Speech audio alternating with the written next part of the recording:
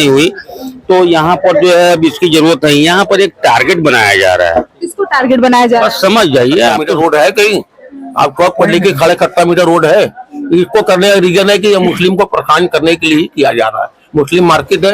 देखिए हम दाल मंडी के बीच मार्केट में है। ये जो हमने पहले आपको दिखाई, ये मार्केट नई सड़क पे जाएगी। नई सड़क से सीधा आप गोदौलिया चौक पे जाएंगे। अब यहाँ पे हम कुछ दुकानदार है मोबाइल 18.5 मीटर कर रहे हैं तो बगैर बगेगा यहाँ। और भी खबर आप गोदौलिया देख लिया और जगह देखिए कहीं 18.5 मीटर रोड है कहीं आप चौक पर लेके 18.5 मीटर रोड है। इसको करने का रीजन है कि मुस्लिम को परेशान करने के लिए किया जा रहा है। मुस्लिम मार्केट है इसलिए यहाँ 2 आंख देख के बात किया जा रहा है, समझ लीजिए आप। ठीक है चाचा, इधर आइएगा। दाल मंडी को विकास की तरफ देखा जा रहा है क्योंकि विकसित भारत में दाल मंडी का भी अब विकास होगा। देखिए विकास तो जो होना था सो हो गया। यहाँ पे विकास की आवश्यकता वैसे है नहीं। यहाँ पे महाकुंभ जैसी भीड़ जब यहाँ से निकल गई और उनको कोई असुविधा नहीं हुई तो यहाँ पर जो है अब इसकी जरूरत नहीं। यहाँ पर एक टारगेट बनाया जा रहा है। किसको टारगेट बनाया जा रहा है? बस समझ जाइए आप, तो समझ ही रही हैं। ये तो कह रहा है कि यहाँ पे बस हिंदू और मुस्लिम। बस वही बात तो मैं भी कह रहा हूँ। और भी जगह है ऐसी जहाँ पर से आप रोड निकाल सकते हैं, लेकिन यहाँ इतनी आवश्यकता नहीं है। लोगों के पास में काशी विश्वनाथ महादेव की धाम था, वहाँ पे कॉरिडोर कर दिया गया। किसी भी तरीके का सुविधा यहाँ पर है नहीं लोगों को। रोड पर निकलिए आप, जब यहाँ पुलिस की जीप निकल जा रही है, एक नहीं दो निकल जा रही है, कोई दिक्कत नहीं हो रहा है।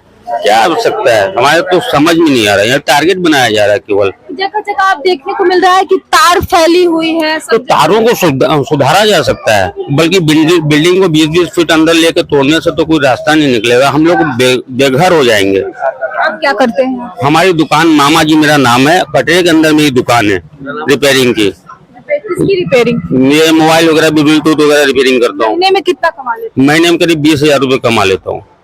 अब तो विकास हो जाएगा, रोड चौड़ी हो जाएगी तो और भी ज्यादा तो कुछ नहीं होगा। हम लोगों की रोजी नहीं रहेगी तो हम रहेंगे कहाँ पर? आप देख लीजिए मेरी 20 फीट अंदर दुकान है, वो टूट रही है। बुलडोजर चलने वाला है। बुलडोजर चले चाहे हाथों से तोड़ा जाए, ये तो वक्त बताएगा कि बुलडोजर चलेगा कि हाथों से टूटेगा। क्या तक नहीं तोड़ने देंगे? बहुत ज्यादा फिलहाल तकलीफ है, बहुत ज्यादा आंसू हैं। आप लोग भी दुकानदार हैं? हाँ बोल तो रहे हैं मामा जी। क्या हुआ आप भी बताइए। पूरा नाम बताइए। सबकी दुकानें हैं यहाँ पे। दुकानें टूट जाएगी तो घर परिवार कैसे चलेगा? बच्चों का फीस है, पढ़ाई लिखाई है, घर के खर्चे कैसे चलेंगे? हम तो बेकार हो जाएंगे। तो हमें सरकार देगी खर्चा हमारे लिए? नहीं, सरकार तो मुआवजा देगी। मुआवजा देगी तो 1-2 लाख रुपया में दे रही है ना। जितना मुआवजा दे रही है उससे दूना हमसे ले ले और हमें वहीं पर छोड़ दीजिए, हमें वहीं छोड़ दीजिए। दाल मंडी जो है ये रोड है, तंग गलियां हैं, जगह जगह तारे फैली हुई हैं।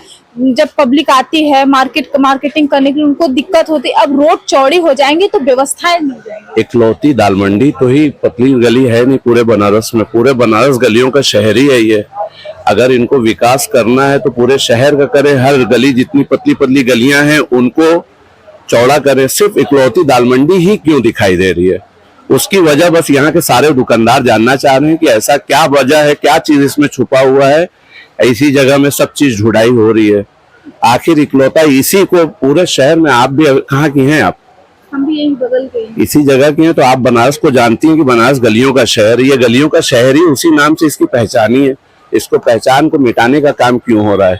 और अगर दर्शनार्थी का ख्याल है इनको कि नहीं, दर्शनार्थी को बहुत दिक्कत हो रही है बाबा धाम में दर्शन, काशी विश्वनाथ धाम में दर्शन करने की बहुत ज्यादा दिक्कत हो रही है, तो उसका और भी तरीका है। उसको गवर्नमेंट को चाहिए कि उस तरीके को करें। यहाँ पे जो भी अगर चौड़ीकरण करेंगे तो कम से कम 10 हजार दुकानदार हैं और उनसे 50 हजार परिवार चलता है।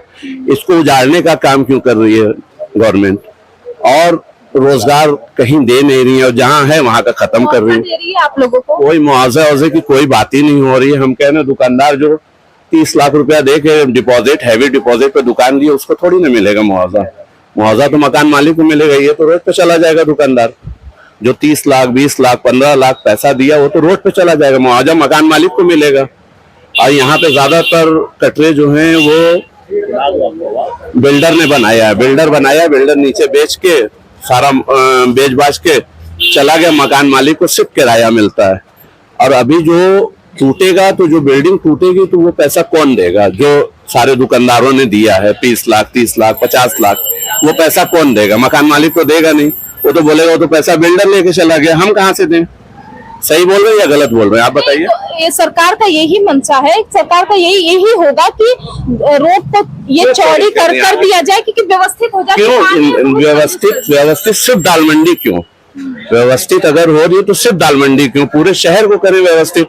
यहाँ तो पूरा गलियों का शहर ही है ये। हमें बाढ़ का जुगाड़ करें, बाढ़ का रोकने का भाई हर तरीका गवर्नमेंट चाह जाएगी तो कहीं पे भी बाढ़ नहीं जाएगी। ये आप लोगों का तरीका है, लेकिन अगर फिर भी सरकार आप लोगों की बात नहीं सुनती, बुलडोजर से तो चलता है।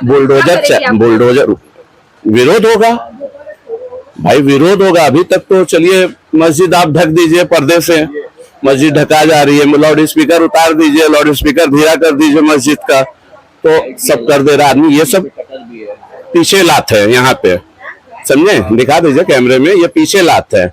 और अभी जो दुकान तोड़ने की बात करें वो पेट पे लात है। पेट पे लात किसी को बर्दाश्त नहीं होगा भाई। अपने अपने तरीके से जो जितना कर सकता होगा करेगा। विरोध होगा 200% होगा। क्या